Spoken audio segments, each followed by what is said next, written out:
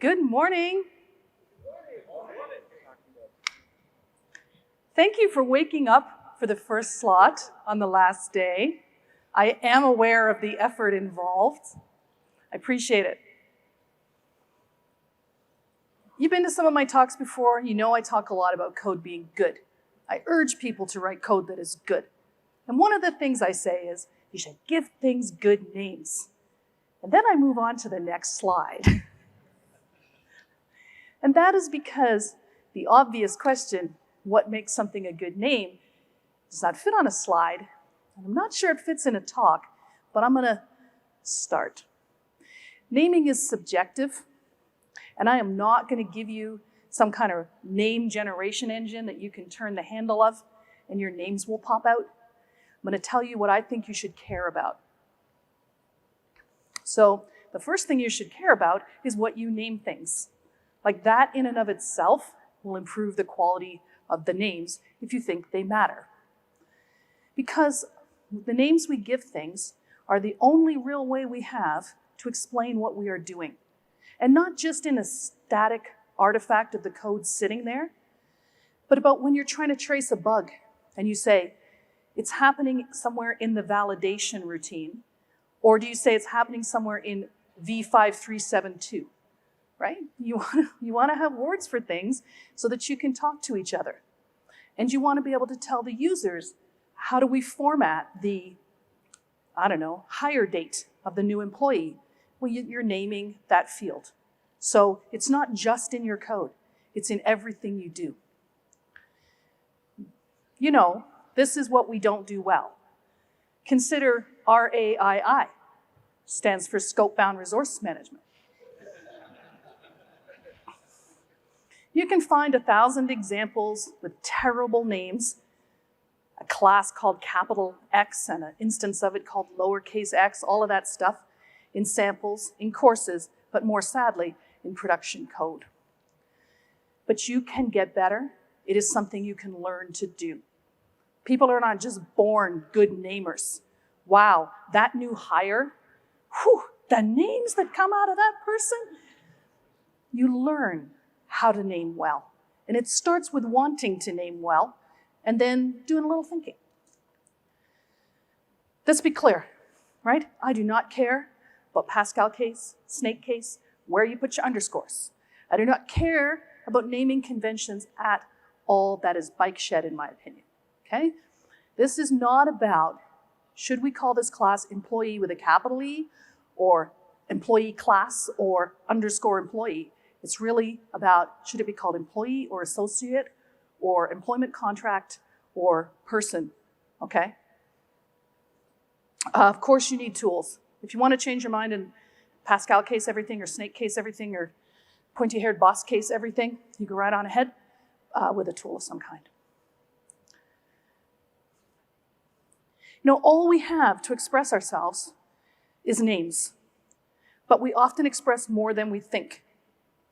Imagine your customers come to you and they say, you know that thing we already have in the system? It could be a coupon or a voucher or a certification, doesn't matter. They can end. And we no longer set them up to last forever.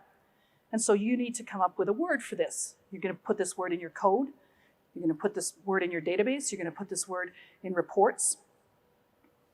How many people think you can use something on its expiry date? Very few hands. Usually I get half the room. Most people don't think you can use things on their end dates, though. So these are not the same thing.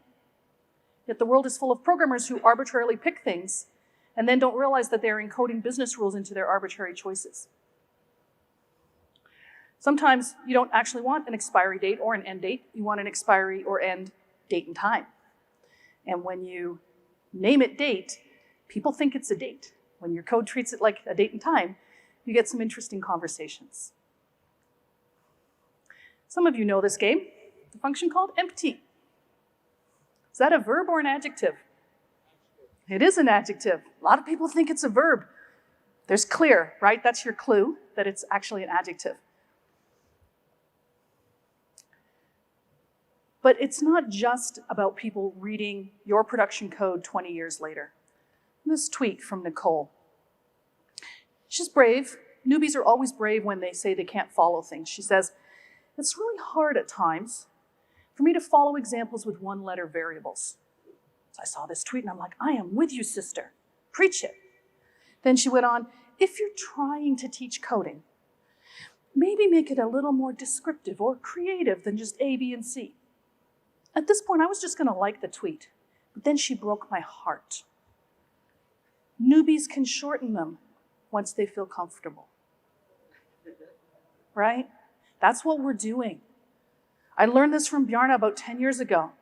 Whatever your heroes do, you believe you will grow up to do. And so if the person who's teaching you C++ calls all the variables A and B and all the functions F and G, you feel like you need this crutch of calling it today's date and total price. But when you're a big girl, you'll be able to give them single letter names like your hero. So everywhere, your production code, but your samples, your slideware, your things where names supposedly don't matter, they matter. I've told you many times, when you give things a good name, they tell a story. First, we will open the file, read the prices, update the orders. Everybody's happy. What I don't always point out is that names can lie. They can tell the wrong story. Imagine a class called application. It has a member variable called status, which is from some enum application status. And we have this set function. Of course, this is the code for set status, right? You all knew that. I could have hidden the line of code. You could have written the line of code. Of course, we're just going to take what we're passed and stick it into status. That's what set status does. Until one day, we need something else. Some kind of logging, auditing, caching thing. And we go into all of our set functions, right? And we do our little weird thing. And it's fine. Spiritually, this function is still set status. Life is good. No one's going to be confused if they call it. Stuff keeps going on. And it turns into this. Now, if you're setting it to approved, I don't know, maybe we send them an email. Congratulations, your application's been approved. If you're setting it to denied, send them a different email. Now, the calling code is telling a very simple story. I'm just going to set the status. I'm just going to set that enum value. But that's not really the story, right? There's a ton of stuff happening when it's approved and when it's denied.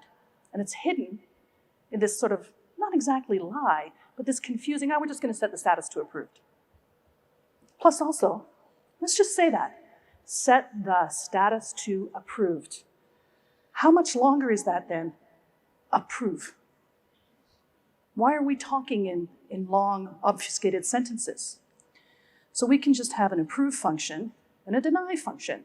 Yeah, we're repeating ourselves a little bit because we set the status variable in both cases, but the good stuff, the ... dots that I can't fit on the slide, that's there for us. And now the calling code says approve. Because you know what else? The calling code isn't just sitting there in an empty green meadow calling set application status. There is an if, right? And I bet you that if is like if whatever the conditions are to be approved, set application status to approved. Else, set application status to denied. So we have an if. When we come into set application status, the first thing we were doing was if again to see which it was. Well, yeah, the optimizer will probably help me, but it's not helping the reader.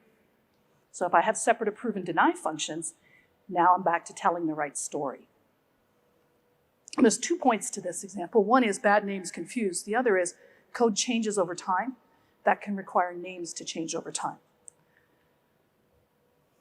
Now look, it's hard. It is. You may not get it right on your first pass. You may have set status at first, and that's fine. One of the hardest times to come up with a name is when you're refactoring. I know this 100 lines belong together, but I don't know what the heck they are yet. I haven't read them. And I know people who literally mash the keyboard, right? Make a function, call it whatever comes out. That's what I did in the slide deck. I mashed the keyboard. And then you will obviously, ECMAScript, give it a real name later. A slightly safer approach is to give it a really, really long name. right? This one is not really true. This one says, set shipping costs, adjust total and mark as shipped.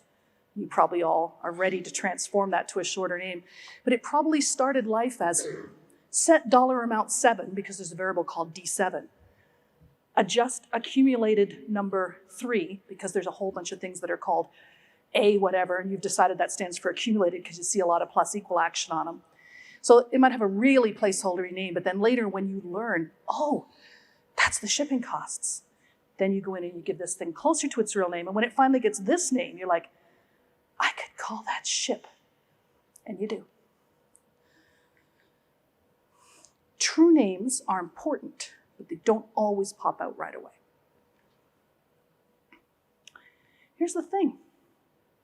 To give it a name, you have to put yourself in the shoes of the consumer of the name. Now, when you're refactoring out a 100-line function, the consumer of the name is you. It's not even you in a year. It's you in 30 seconds. And it's really easy to identify with that developer. You know almost everything that matters to them. Well, then if you're writing a class from scratch and you're designing the interface of that class, whatever its public method's going to be, now this is for you a month from now, or it's for the person who sits next to you. Those are both harder to think about how they think. That's why we have meetings to do that kind of design, so we can share how we think. But then imagine that you're writing a public API that's going to be called by people who aren't on your team, that maybe aren't even in your company. Maybe you call your employees, but Disney calls their employees staff or something. What do they call them? Cast. Imagineers. There are lots of companies that call all their people associates. And so should you use their words in the API or your words in the API? And as your code gets more and more generic, used by more and more strangers, this gets almost impossible to imagine.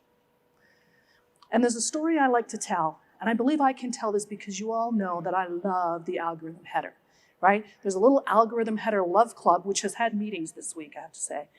And you know who we are. But I was explaining to a non-C++ technical person why I love the algorithm header. And here is the story that I told. We have a function called sort.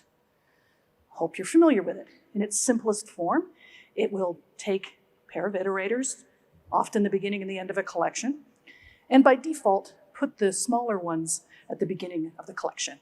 So if I had a pile of integers, 154297, and I sort them, my vector, let's say, 124579. Yay. Of course, it doesn't have to be the smallest. You can provide a predicate. So my vector might be a whole pile of purchase orders, and I want the purchase orders with the highest value to be at the beginning of the collection. Terrific. If you were in Andre's talk, you know that sorting is expensive. And sorting involves copying. If I have 1,000 purchase orders and someone has said, what 10 purchase orders are responsible for the most revenue, I do not care who was 502nd and who was 503rd, right? That's a waste. Well, the algorithm header thinks of everything we have partial sort. Yay, it's so much cheaper, right? We just sort, in this case, the first 3 integers, and the rest of them, the unwashed masses, which if I had a larger screen would be your 997 purchase orders or whatever, they're in any old order, we don't know, we don't care. The best are at the front, and they're in order. Good thinking. But imagine my list was already permuted by date or by sales rep or something else, was already sorted. Now if I sort it by value, I'm going to have to sort it back after I've gotten my information. I could take a copy of my 1,000 purchase orders and parcel sort them, but I'm paying for the copy. Or I could use partial sort copy, which does what it says on the tin. It gives you a copy, a smaller collection, that is just the things that would have been at the front, and it leaves your original collection in its original order. If you have never heard of partial sort copy before, take a minute to be impressed. It's solving a real problem. It's fantastic. And I love it. But you have, for whatever unearthly reason, a vector with 1,000 purchase orders in it, and you want to know the 10 purchase orders that are worth the most money, and you've never heard of algorithm, but you do know about CppReference.com, is there a universe in which you will look for sort? You don't want to sort your vector. This is not the right name for this. Well, it's a right name for it. It's an implementer's name. It's a name that makes perfect sense if you're the one who wrote it or designed it. It makes perfect sense if you're the one who had the problem with sort or partial sort. Great name. I'd like to see it called top N. That's the problem you have. Thinking about the problems people bring to your code is really hard. Marshall, how old is partial sort copy?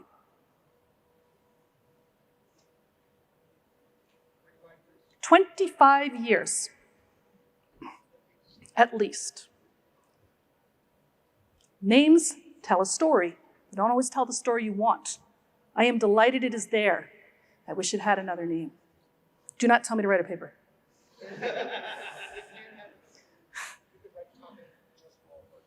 Yeah. Rotate copy. I'm going to give you some specifics, but there's some overall big deal things I'm going to give you first. You need to be consistent. The most important thing to be consistent with is what your users say, because you talk to your users at least indirectly, and your names leak. You have reports in your system, and they are labeled end date or expiry date or whatever you called your thing. You send people emails that their coupon discount title certification is ending, expiring, becoming inactive soon. You have words on the screen that tell people where to click or what to type. And just as you talk to other developers about what's going on, you talk to your users, you talk to your customers. And you will use, hopefully, always the same words. And so it would be good if they were the right words. You don't want to put a translation layer in. I've had this where the users are like, oh, yeah, the developers call that whatever. Doesn't usually end well. So a little discipline. Always call everything by its correct, or some definition of correct, but at least by the same name. Don't call it revenue in your code and income on the screens and reports, right? Same name. And if you can, don't use the same word for different things. If you can have some things in your system with expiry dates and some things in your system with inactive dates, and these things expire and these things are inactive, oh, I can't tell you how much easier it is. When someone says, my coupon has expired, but I don't think it should have, I can just search for expired and I won't bump into all the code around the inactive of whatever it is that goes inactive. So if you can, just pick words. It is difficult because humans use synonyms. So to be able to say, you mean invalid, right? Every time they start on telling you about some bug, it's not a beginner technique, but if you can, everyone will end up happier. Certainly make your code do it, then progress to the advanced technique of making humans do it. But they don't know all their words. They know that things get approved or validated or paid for or shipped or whatever, or that they win the game and defeat the boss. But they don't know the words for the pieces of it. Like, first we do this, and then we know whether or not we can approve it, and then we do the last bits. They don't have words for those. I had one client where the business words were all human beings' names. Like first Stacy works on it for a while, and then she puts it on Jane's desk, and that they had no words for what Stacy and Jane did. Please don't name the functions Stacy and Jane. Also, please don't give them dependent names. What I mean is this kind of thing. I found out that there's something here called load, so we're going to do load. Before that, we're going to do preload, and after that, we're going to do postload. I see this all the time. What have you told me? I am aware that we read code from top to bottom, right? There is no information in calling these preload. Now, if the business calls them preload, okay. But if you just couldn't think of a better name, try harder. What do you do before you load? Are you figuring out what file to open? Are you checking permissions? What's happening? Give it a name so I know what it is. I already know when it is. And as an extra bonus, if you end up changing the name load, you don't have to go back and change preload, postload, and whatnot to reflect that change, which is the sort of thing that refactoring tools don't always find for you. This one I think some of you will dislike, but I'm still going to say it. I would prefer that you do not describe what your function does in your jargon, that you do not update the config file, but you save or you save configuration, that you do not have storage coordinates, you have location. Some of this comes from my experience with programs that are decades old. Literally, do you remember ini files? We had ini files, and then it moved into the registry, and then it moved again, and it will move again, and it will move again. And if it's just called update configuration or save configuration, I don't care how it's stored. I don't have to change the name of the function, and the function never lies. If it were saying update registry settings, it would be a lie by now, right? Especially if it's like, on an iPhone, and it still has that name. So ordinary English words live longer, but they also cause you to talk differently to each other and to the people you need to talk about who aren't software developers. Be able to say, we were saving the configuration, but this went wrong, is actually nicer than we were updating the config file. But you may not do it on your first pass. It may take you a while before you realize its true name. If you are a native English speaker, you probably know this, but I'm going to do it anyway. It's begin and end, not last. Last goes with first. It's create and destroy, open and close, next and previous, put and get, and I will die on this hill, source and destination, not target. If you're not sure, it's the world's most fun Twitter poll, okay? And this applies whether it's a pair of functions, a pair of variables, a pair of classes, whatever. Choose the pairs that people naturally expect. If you have begin and last, people are going to be confused, okay? So go with what they're expecting. Let's talk about functions specifically. Functions are verbs, and they're obviously verbs. When I'm teaching like 00101, and I'm talking about member functions, I say they should be a business service of the object, But even if it's a free function, it should be a thing that your software does. Like, I figure out what the taxes are, or I decide whether or not to approve the application. Sometimes, as in empty, we're not sure if it's a verb or an adjective. This is where a helper comes into play. Empty is ambiguous to some people. Is empty is not. I will give you, I don't say code smell, but I will tell you, if you need no discard, that is the universe telling you that your name confuses people. I am glad we have no discard because names confuse people, but I'm just telling you, if you need no discard, your name confuses people. And it's not about them. I'll tell you that too. Consider also has and can, but think about whether or not you're like inventing words to use your helper. Is shippable. Like no one in normal life says, is order 327 shippable yet? I don't think that's a word, but we have is-able throughout our applications. Consider can ship.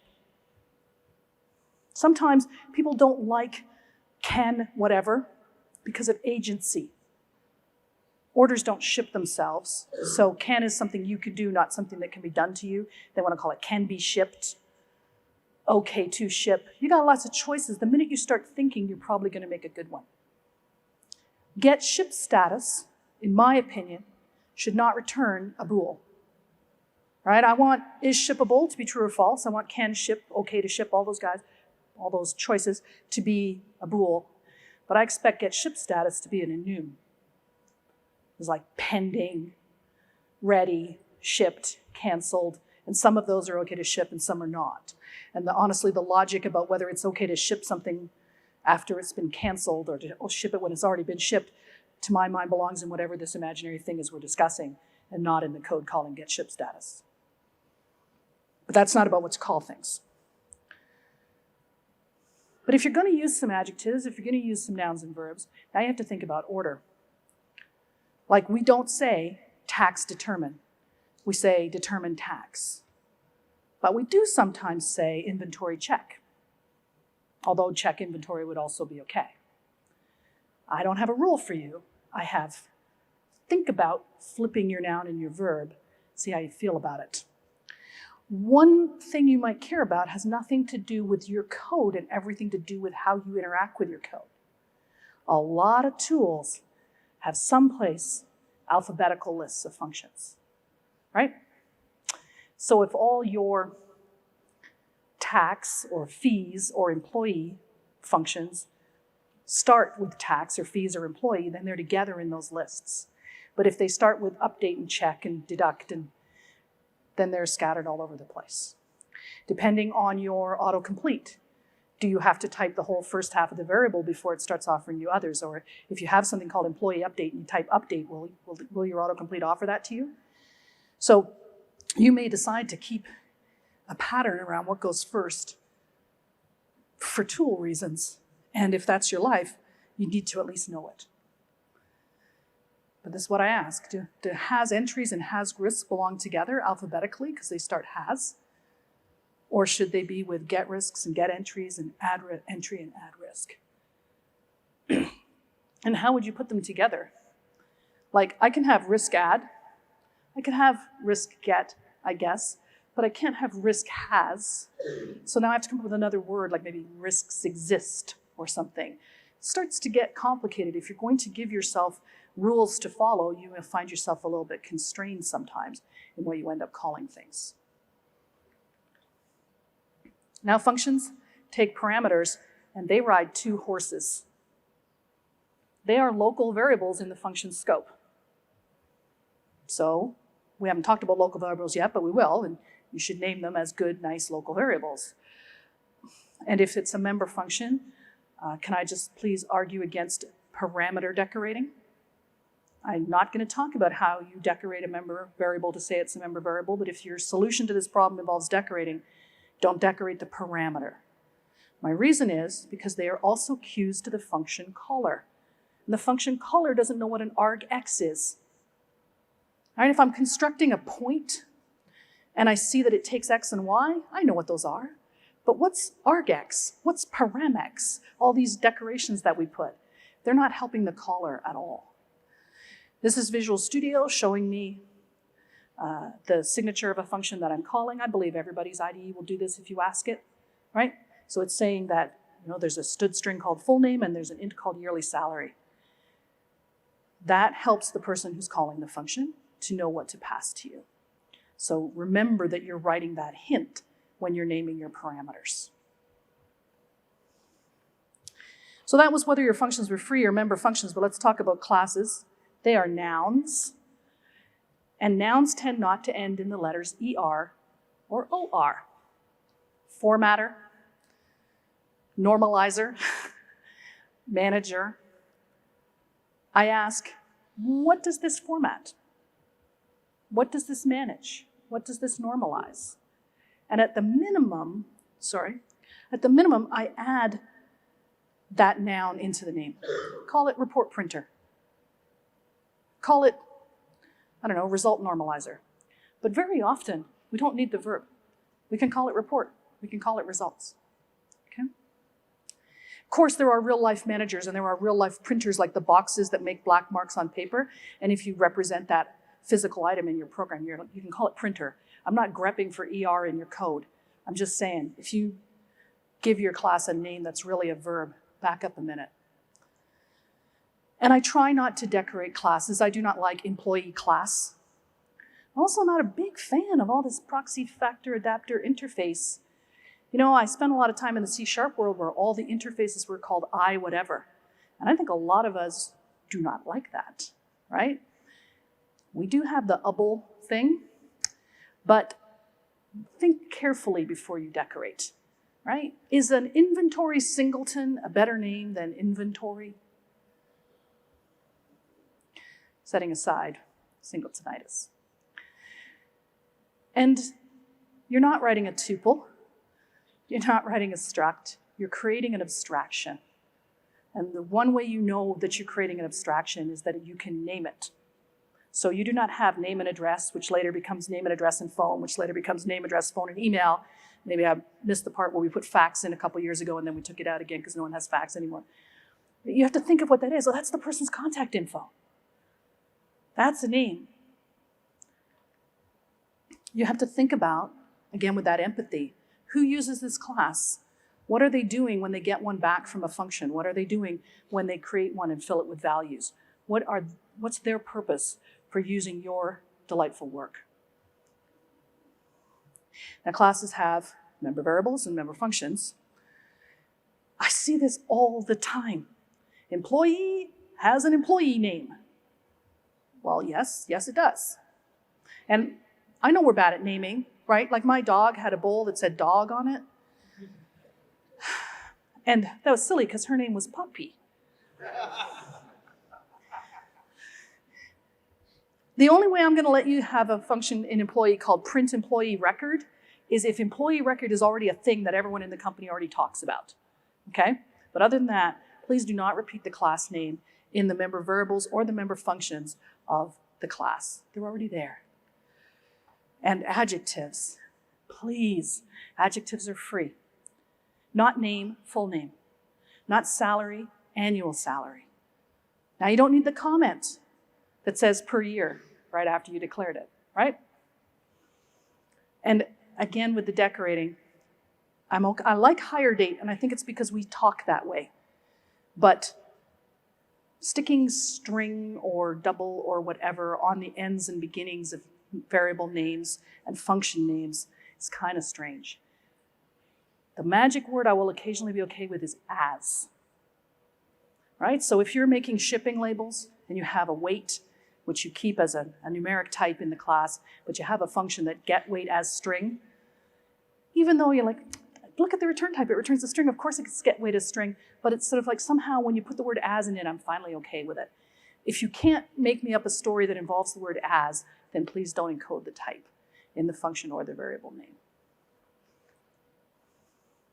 You should know there are some names that have been written for you when it comes to member functions. You should be following a traditional path and not confusing people. So we'll start with constructors and destructors. Everyone knows how to spell these, and everyone knows what they do. Right? So you want to open the file in the constructor, close the file in the destructor. I mean, not only do you have all the usual goodness that we get in RAII, but you don't have to worry about, should I call this setup and tear down? You know, like the endless arguing, we have names for that. And I see constructors that call init, and I see destructors that call cleanup, and I just cry. Why are we doing that? Get and set. You may not like them. Lots of people don't like them, but they exist. People use them. People know what they mean. Please get when you just return some member variable. Set when you just member variable equals what I was just passed. If you actually are going to go and retrieve it from the database or prompt the user and ask them for it. I had a whole class of students who, when I told them to write get employee, they like prompted, or get age or something, they prompted like, what is the age? And then saved it into the variable because that's how you get a value. You ask the user for it. They can be taught, but one way they can be taught is if we only use get for that accessor and use retrieve, fetch, load, read, and so on for all other kinds of getting. Also, people expect get thingy to be const. So if you do that, you're helping them. And you should know about this pattern. I first met this pattern in one of my first external C++ projects, and I instantly hated it, but it has not evaporated from the face of the earth, which is clearly unfair. You have one function that takes a variable and puts that value in the member variable, and a function with the exact same name that doesn't take anything, and it returns the value of the variable. It's your get and your set, but without the words get and set, because that's apparently less confusing. I'm going to throw enums in with classes.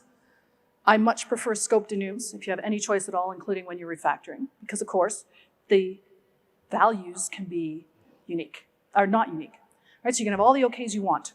You don't have to decorate up all your OKs with some subset of the enum name. And guess what? I don't want you to repeat the enum name. So trust the language and have an OK in all of your scoped enums if that's what you want. Don't call it FBOK, NTOK, whatever. But when we're talking about enums, and I'm not really talking about encapsulation and class design, I'm only really talking about naming, but sometimes we leak values when we shouldn't. So if you think about that class we were talking about where set status began to tell a lie, the other issue with set status was, in order to call it, you needed to have the enum application status to pass in approved or denied. Whereas when you call approve or when you call deny, you don't need to do that. So here's another thing in the same class. System. If the next application status is equal to approved, again, that's a lot of words, then whatever it is we do when we're going through a collection and finding an approved application. But now this calling code, which is outside the application class, needs to know about this enum. If instead I added an isApproved function to the class, the enum would not leak outside of the class. So it's kind of a naming question, because why do we have get status? Why don't we answer the questions the calling code is actually asking inside the class? And then we keep our enum to ourselves.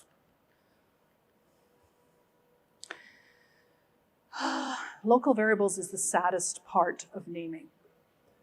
Because people do mostly OO, they have some classes in their system, they have a bit of a design phase, they think a little bit about what to call that stuff. But it's when you have the blank screen and it's time to type, people just behave badly. We'll start with the edge case. It is sometimes okay to have a very short variable name. If you are writing a raw loop, why are you writing a raw loop? But if you are writing a raw loop, calling your variable index or position is not helping, right? That's not what's, the problem with your raw loop is not that you put I in it. Go ahead and put I in it. We all know what that is, okay? If you're doing scientific stuff, I did some work modeling oil refineries. The temperature of anything was always called capital T. It was not called temperature. That would be dumb. X and Y coordinates are X and Y. Don't spell out velocity if all of the functions tell you how to calculate V, okay? That's about consistency with user nomenclature again. And then there's what I call the pronoun case. And if you're talking about me, the first time you might use my whole name, the second time you might just use my first name, then you might eventually just start saying she. In some very small scopes, a very small name is okay. It can be a signal that this is a very small scope. So in this little sample code, we have a string, which is just called R, which stands for something related to responses. It might be response singular, plural, response list, response string.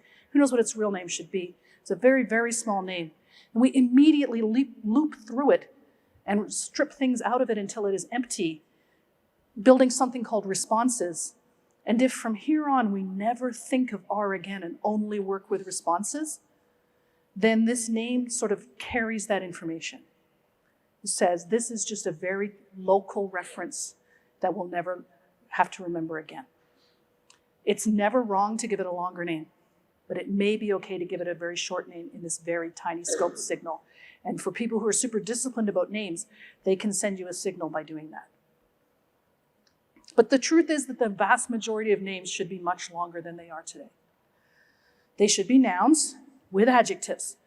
Next, current, remaining, active. You know why you are doing things.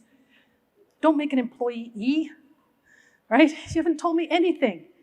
Tell me what kind of employee it is. Is this the new hire that we're creating to add into the system? Is this the imaginary one that we're using to put on the demo screen? Like, give it a name, and that usually means an adjective. People love to say next employee, current employee, active order, and that's okay. But don't encode only type. That would be over-decorating. I don't like employee E or double D, but I also don't like vector of policies.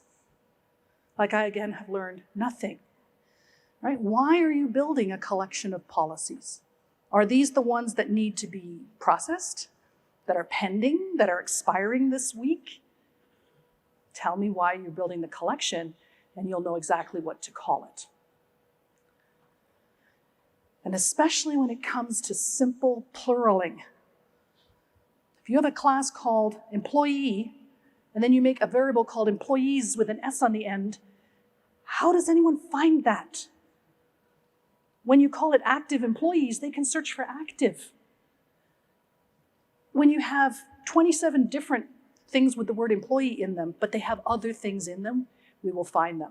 But if in 27 functions you just make a local variable called employees, it's exactly the same thing every time, really hard to grep for.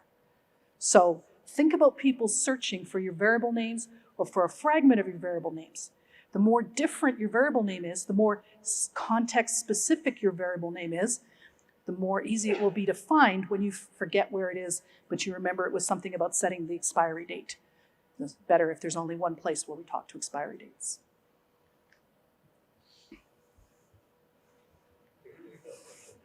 I don't like abbreviations.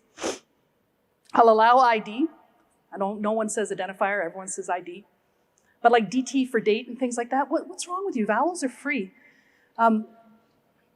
First syllable only sounds like a great idea. You know, we can have annual revenue could be NREV or AR. Total income could be TOT Inc.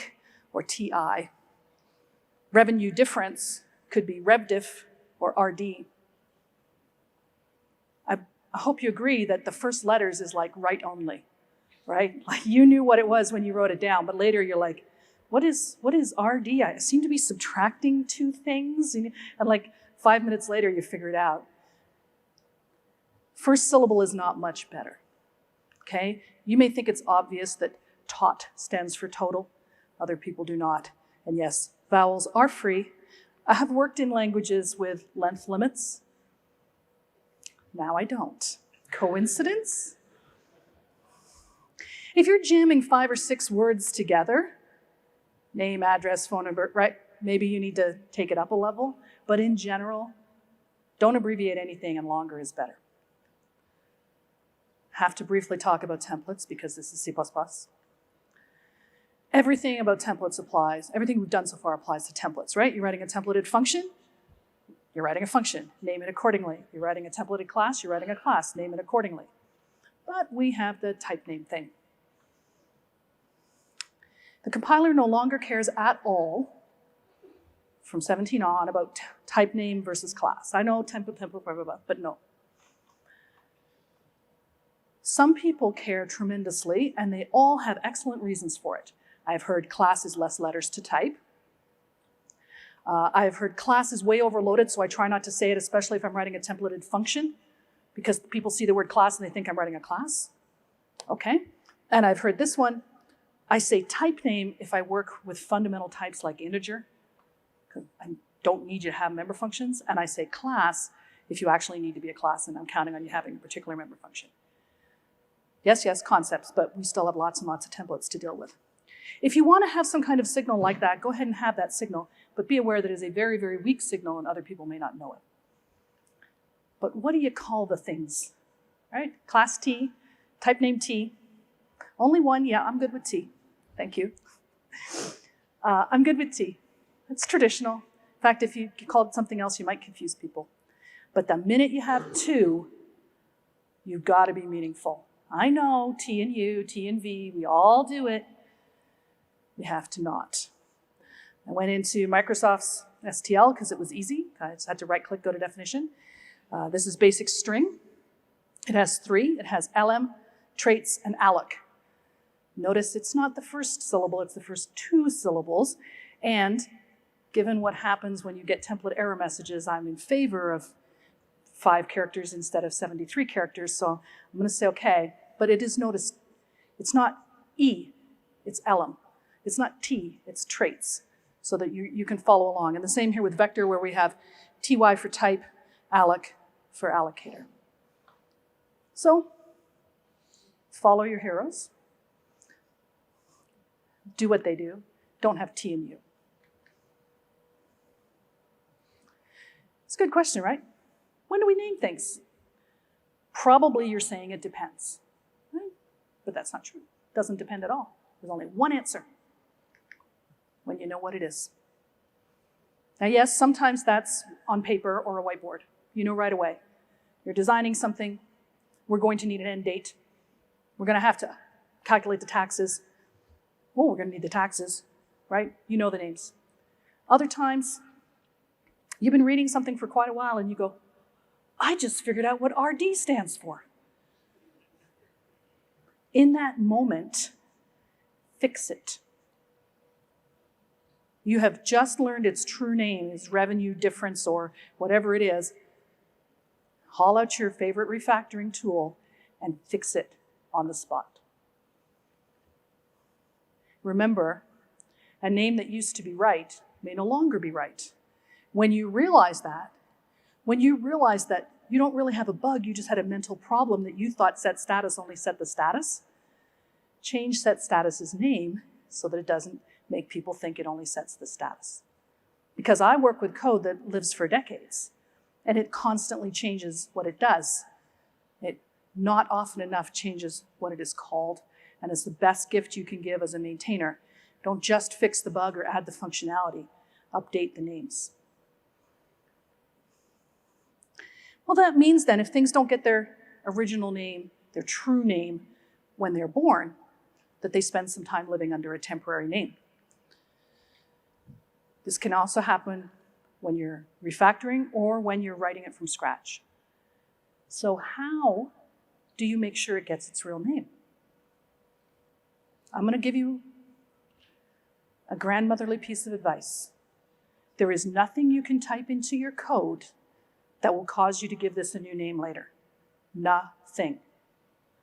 Not a to-do comment, not a deliberately horrible name, again, ECMAScript, not a swear word, not a remember to rename this name, nothing in your code.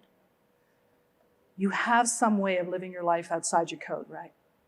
You have a to-do list, you have tasks in some to-do tracker, you have a piece of paper on your desk, you have sticky notes, Trello boards, maybe you have Jira.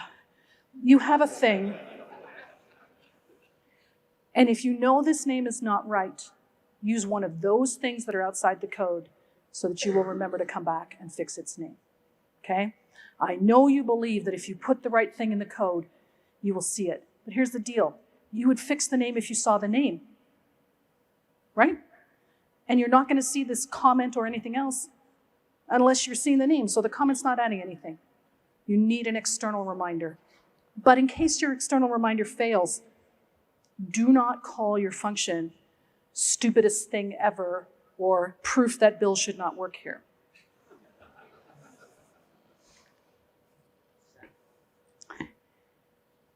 You know the joke about consultants?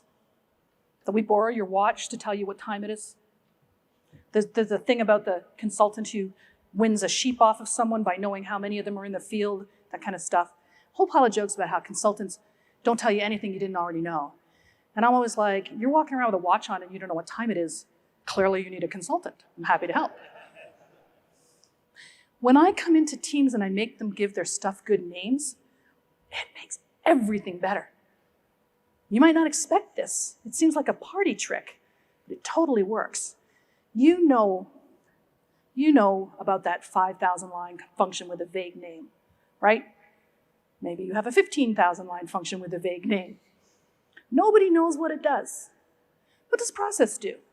Oh, it processes everything, really. We'd be lost without it. This is where most of our bugs are. It's very important. But if the friendly, nice consultant comes in and says, I'm sorry, I don't know your business processes super well, and I find process kind of vague. Can we rename it to what it, really does? Wonderful things happen. Because nobody can name it because nobody knows what it does, and it's too long, and they don't understand it. And before they can give it a name, they have to fix everything that's wrong with it. It's a simple, gentle request that fixes so much. One reason things are hard to name is that they are the wrong size. This is very true for classes. They're too big, too much unrelated junk, or they're too small. It's just a handful of dumb little attributes that don't really have a name. It's less true, but still pretty true of functions. So when you say, I don't think N1 is a good name for this, sometimes they have to completely refactor it into something smaller or bigger in order to be able to give it a name. I want code to tell a story. Code can't tell a story when your doubles are all called D1 and your employees are all called E and your functions are all called process and calculate and do it. Who's written a do it? The rest of you are just ashamed to admit it. When you want a story, the only way to give you a story is to give you the names. And that's what I want you to go out and ask for in your life. Start by caring. Care about the code you're writing. Care about the people who are going to read it, the people who are going to maintain it, and the people whose lives it is running, for that matter. Think about the purpose of naming this variable, this function, this class, this template. Who calls it? What do they use it for? Do they really want to partial sort copy? Or do they want to find the top 10 purchase orders? If you can't name it, that's okay. Give it a name, fix it later. Never miss an opportunity to fix a name. When you name everything well, your slideware, your samples, your scribbles on the whiteboard, everyone will start to do that, and everyone will benefit from that. As you're going through code that's not right, you learn what it is, fix its name. You change what it is, change its name. Keep everything synced up because names matter. And if you remain consistent within yourself, within your software, but also within the larger world, you will end up using the right names so your code can tell the story that you want it to tell. Because naming is hard, but we can and we will do better. Thank you.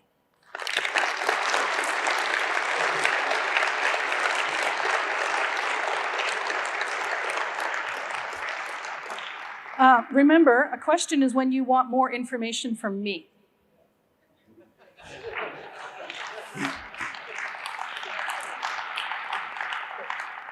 Thank you for the talk. I have a question about, well, I actually have two questions. One is about things like returning, having names that when your function returns something in a specific unit, for example, would you put the unit in the name? If you're not using like strong typing to be able to return kilometers, rather than calling it get length, I would probably prefer it to be called get length in kilometers. Yes, it is a little bit of a decorating, and it's probably true that the better solution would be the strong typing kilometers type. But if that's what you can do today, get length in kilometers is better than get length. So the other question is about your example with is shippable. Yes. I understand that like is ready to ship is probably a better name, but given that we're all programmers here and the person's reading the code, so a programmer, wouldn't is shippable really communicate pretty much the same information? It can be right. Like I'm not ever saying don't do this, do that. I really only want you to think and care, but I want you to imagine someone phoning in a bug report and you saying, well, that's because it's not shippable yet. If that's not a conversation that works for them and they say English, please, then that was caused by using internal jargon in your names, because probably the big insight I have for you here is your names leak, right? So keep that in mind when you're using them. Thanks. So your example of not using employees for a list of employees was quite compelling. But what if there really isn't any other name? Like, for instance, if I have a train and it's got a list of cars, what would I call it other than cars? Well, you don't necessarily need to call it cars in this train, I suppose, but it could be called attached cars, cars in use. There could be other words for it. There's going to be times when you really have nothing to reach for but a plural, but I would like people to notice the 90% of the time when they have more than plurality to put into a name. Sometimes when searching for the right noun or verb, I've found using thesauruses or reverse dictionaries to be useful. I was wondering if you have any thoughts on that or other kinds of resources that might be useful for that sort of search. That's an excellent suggestion. I had a misspent youth involving every book in the library, and so I have a huge vocabulary. If it's difficult to come up with synonyms, I think going to online resources to find more synonyms is a great idea. Also asking your coworkers or the people that you're going to discuss the code with. Absolutely. Thank you. Thanks for the talk. Is there any vision how to name the different containers, like maps, tables, lists, whatever? You mean the class map or the map I have just built? Access class, if I have like one collection is more kind of like the map access, right? Is there intention to call it map at the end or something different? See, this is about decorating, right? It's still really the same question as, should I call it blah, blah, blah, blah, adapter, blah, blah, blah, blah, proxy? And the answer is it depends. When you imagine someone using your code, is it obvious that it is a special kind of map, or will it help them to put the word map in its name? If it's obvious or not relevant, then leave it out. If it's neither obvious, it's not obvious and they need to know it, then leave it in. Fair? Thank you. You talked a bit about searchability and about the conversations that developers have with each other using the names that we come up with. And both of those are particularly difficult in our code base. And we found that sometimes when trying to change a name from something that it is to something that would be better, we lose a little bit of that findability and that shared conversation. Do you have any thoughts on that trade-off and things that might make that a little bit less painful?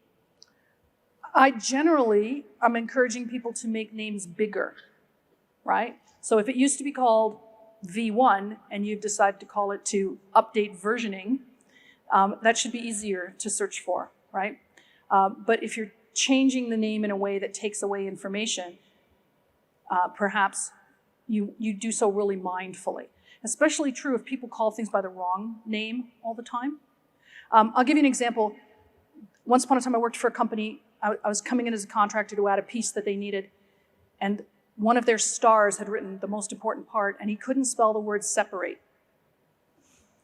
And there were classes, there were functions. Separate was very important in this system, and it was spelled wrong. And I said, should we fix this? No, no, no, we all know to search for the misspelled separate. And if you fix it, we will never be able to find it because we have all learned that that's how we spell separate here. So sometimes the bad name stays for that reason. Thank you. I have a question about idioms in particular. Over the years, our company or our code base has been growing. We have like thousands of idioms. Some of them are ordered alphabetically. Some of them are just completely random. Some of them are alphabetical, but unknown is at the end. I was just wondering, what is your favorite convention for ordering a list of idioms? Oh, wow. I would almost never go alphabetical, although I understand the reasoning. It actually, I have two answers at least, and maybe more. If these are simple, like report type, right, or screen number or something, it doesn't matter at all what order they're in, so you want to put them in an order they can be found. Alphabetical is probably the way to go. And yes, that will change the numerical value on the next build, but who cares? No one's counting on the numerical value. But many times our enums are kind of like a state machine. Do you know what I mean? Like it's pending, and then it's approved, and then it's completed. And so then I want them in that order, okay? If it's a set of error codes, I probably want to lead with okay, and then go like mildest to most severe. So there's a lot of, have a reason. Don't just always stick the new things at the bottom. Like put it where it belongs, but have it make sense and have it so that the next person who comes along will know exactly where to put their new value. Thank you.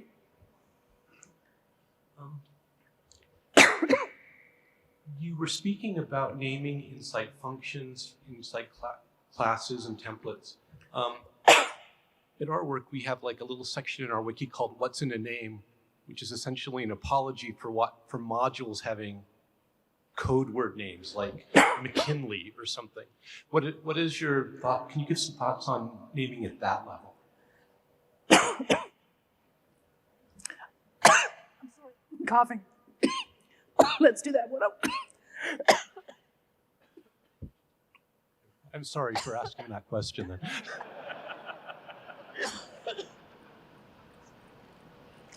I'm going to say thank you, and we'll talk one-on-one. Thank you.